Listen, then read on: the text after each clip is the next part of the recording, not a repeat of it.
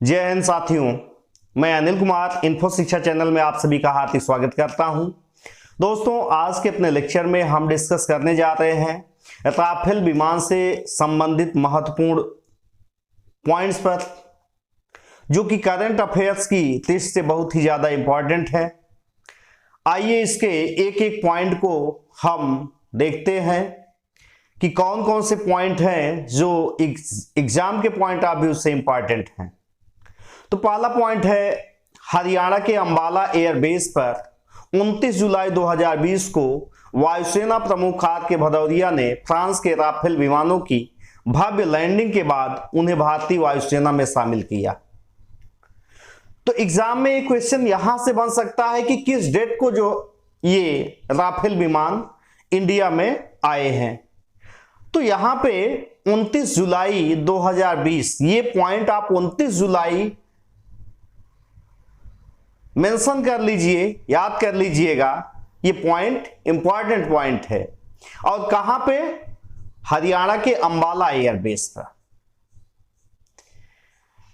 और इसका second point है, राफेल के भारतीय सीमा में प्रवेश करने पर, जब ये भारतीय सीमा में प्रवेश किया तो अरब सागर में स्थित आईएनएस कोलकाता ने इसका स्वागत करते हुए कहा कि भारतीय समुद्री क्षेत्र में आपका स्वागत है, happy landing and happy hunting, ये कहा गया उस समय। थर्ड पॉइंट इसका कौन सा है? भारत में 23 सितंबर 2016 को फ्रांसीसी एरोस्पेस कंपनी दसाल्ट एविएशन से 36 लड़ाकू विमान खरीदने के लिए 59,000 करोड़ का एक सौदा किया गया था। तो कब का यह सौदा है? 23 सितंबर 2016।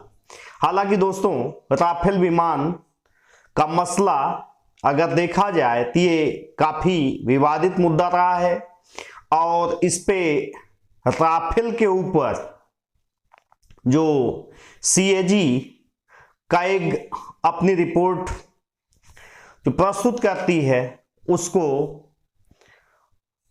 राफेल के विमान से संबंधित जानकारियों को जांच करने से बाहर कर दिया गया है। काफी जो है ये विवादित मसला रहा है यूपीए और बीजेपी के गवर्नमेंट को लेकर के, और विवादित इसलिए भी रहा है कि कई बार आरोप लगता है कि बीजेपी ने इसमें ज्यादा पैसे में ये विमान खरीदे हैं और जो पहले टेक्नोलॉजी ट्रांसफर करने की बात हुई थी हिंदुस्तान एरोनॉटिकल लिमिटेड कंपनी को, ये कैंसिल करके जब मोदी की गवर्नमेंट बनी 2014 में, तो इन्होंने दोबारा से री एग्रीमेंट किया, जाके पुराने जो फ्रांस से डील हुई थी उस डील को कैंसिल करके मोदी ने एक नया कॉन्ट्रैक्ट कब किया है? 23 सितंबर 2016 को। इससे पहले मनमोहन ने ये कॉन्ट्रैक्ट किया था, तो इसलिए ये बड़ा विवादित मुद्दा रहा है। लेकिन आइए हम इसके इंपॉर्टेंट पॉइंट को, चौथे पॉइंट को देखते हैं कि पहली खेप में कितने विमान आए। 5 विमानों की पहली खेप 29 जुलाई को दोपहर के बाद अंबाला एयरबेस पर पहुंचा। इन 5 विमानों में 3 विमान 1 सीटर हैं और 2 विमान 2 सीटर वाले हैं। राफेल जेट का पहला स्क्वाड्रन अंबाला और दूसरा पश्चिम बंगाल के हासिमारा बेस पर रहेगा। तो ये नोट कर लीजिएगा कि पहला अंबाला में और दूसरा हासिमारा बेस पर रहेगा। और ये किस पीढ़ी का विमान है? 4.5 पीढ़ी का यह विमान है राफेल। तो आइए इसके और पॉइंट को देखते हैं, कौन से पॉइंट इंपॉर्टेंट है इसमें। दोस्तों, राफेल में 4 घातक मिसाइलें लगी हुई हैं। इन 4 घातक मिसाइलों का नाम नोट कर लीजिएगा, क्योंकि एग्जाम में ये पूछे जा सकते हैं। एक तो मीका है, दूसरा मेटायर है, तीसरा हैमर है और चौथा स्कैल्प है। ये चारों का नाम आप दिमाग में नोट्स में अपने नोट कर लीजिएगा। अब मीका के बारे में अगर जानकारी देखें तो कम और मध्यम दूरी तक मार करने वाली मिसाइल है और यह किसी भी मौसम में सटीक निशाना साधने के लिए जानी जाती है। वजन इसका 110 किलो का और स्पीड ध्वनि की चाल से 4 गुना। ध्वनि की चाल कितना होती है?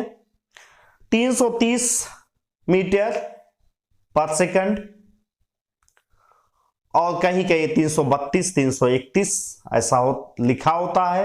तो 330 एक अंदाजा लगाइए कि 330 मीटर पर सेकंड की चाल से।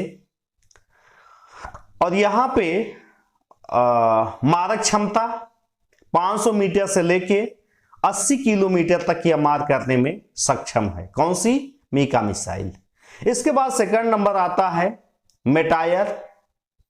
तो मेटायर हवा से हवा में मार करने वाली मिसाइल है और इसकी मारक क्षमता क्या है? 150 किलोमीटर की दूरी तक और इसकी चाल ध्वनि की चाल से 4 गुना ज्यादा तेज है।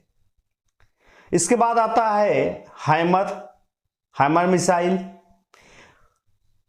राफेल एक बार में 4 मिसाइलों को ले जा सकता है। यहां त्रुटि हुई है, नोट कर लीजिएगा। एक बार में कितनी मिसाइलें? 4 मिसाइलों को ले जा सकता है और एक मिसाइल का वजन कितना है? 250 किलो का और यह कम दूरी की होती है। मारक क्षमता ये कम दूरी की है। जो पहाड़ियां, अन्य दुर्गम इलाकों या बंकरों में छिपे दुश्मन होते हैं उनको ये मार करने में सक्षम है। कौन सी मिसाइल? Hammer missile. इसके बाद आता है स्कैल्प। स्कैल्प की मारक क्षमता है 200 से लेके 300 किलोमीटर से ज्यादा दूरी तक मार करने वाली क्रूज मिसाइल है। लड़ाकू विमान के जरिए से पानी और जमीन पर पहले निश्चित और स्थित लक्ष्यों को भेजा जा सकता है और यह जीपीएस सिस्टम से युक्त होती है और इसमें मेटायर जो है ये स्टील्थ टेक्नोलॉजी से युक्त है। तो इस तरीके से दोस्तों ये महत्वपूर्ण जानकारी है राफेल विमान से संबंधित जो करंट अफेयर्स के पॉइंट ऑफ व्यू से इंपॉर्टेंट है। दोस्तों यदि आपको ये वीडियो अच्छा लगा तो आप कमेंट, लाइक और शेयर जरूर कीजिए ताकि हम इससे बेहतर आगे के वीडियो बनाने की कोशिश करें। क्योंकि आपका लाइक और कमेंट हमको वीडियो बनाने के लिए प्रोत्साहित करता है।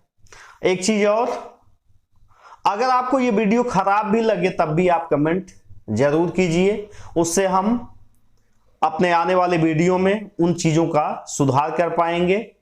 दोस्तों हम अपने नेक्स्ट वीडियो में दोबारा आपसे मिलते हैं। तब तक के लिए नमस्कार, जय हिंद।